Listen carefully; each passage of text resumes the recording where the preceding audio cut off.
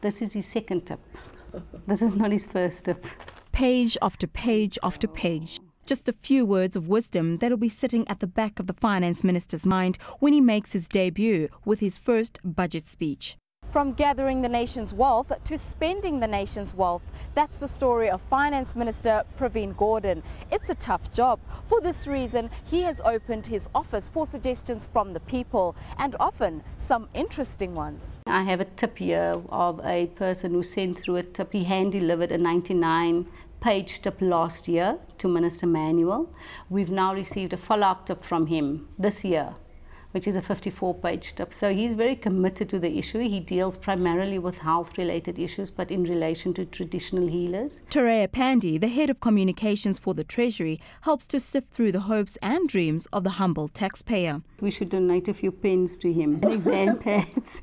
And that's just the pleas with pen and ink. It seems everyone wants something this year. Really should do more for housing, because a lot of people are in squatter camps, like in most of the townships. People are still in squatter camps, and a lot of people are camping there. Education in the townships.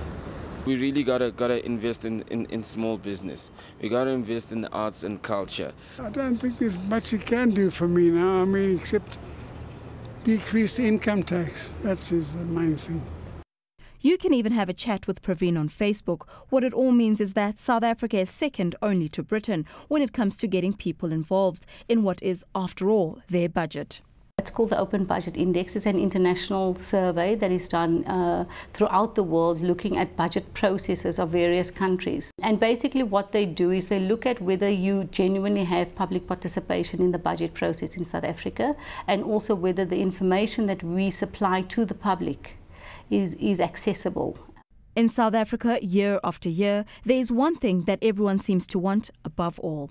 Pensions was a big factor, as well as the school nutrition program, HIV and AIDS. And now that a lot of those issues have become government policy and is being implemented, so in the case of the child support grants, those kinds of issues are now dropping off the agenda of the public, and issues of service delivery is becoming more and more crucial, and the quality of the services that people feel, particularly in local areas.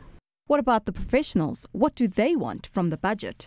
My tip for the finance minister is very simply look at the indirect taxes rather than the direct taxes at the moment as to how you can raise revenue. Because in South Africa already a minority of people are overtaxed and not getting benefits from it. Yeah, something for, if I can say, Pravin to ponder, essentially would be to really look at the incentives that are implemented and making them user-friendly.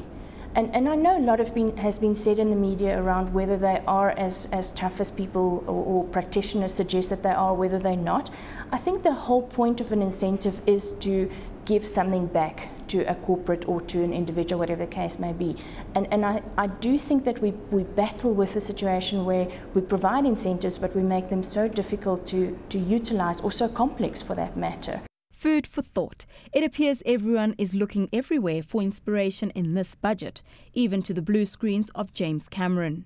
How many of us have actually watched that movie, Avatar, and really thought introspectively and said to ourselves, wow, imagine if this was going to be the impact on the environment in a few years to come. Now, how is that going to link back to Pravin? Well, I think there's a hell of a lot of 4x4s on the road today. And it is so common for employers to provide their key employees with really big motor vehicles. So my tip to Pravin is consider how you tax company cars. So from tips for Trevor to whatever for Pravin, aside from the rands and cents, the budget also promises the chance for a new name. The catchphrase is a little bit boring, and we are hoping that the people who send tips to the minister sends us their suggestions. And so it's called Budget Tips 2010. But we've had a lot of requests for pointers for Pravin. We've even had one called Prescriptions for Pravin, because he's a chemist by training, and so people said that, somebody said that may be a good idea. Prodding Pravin. Maybe prompting Pravin, or even persuading Pravin.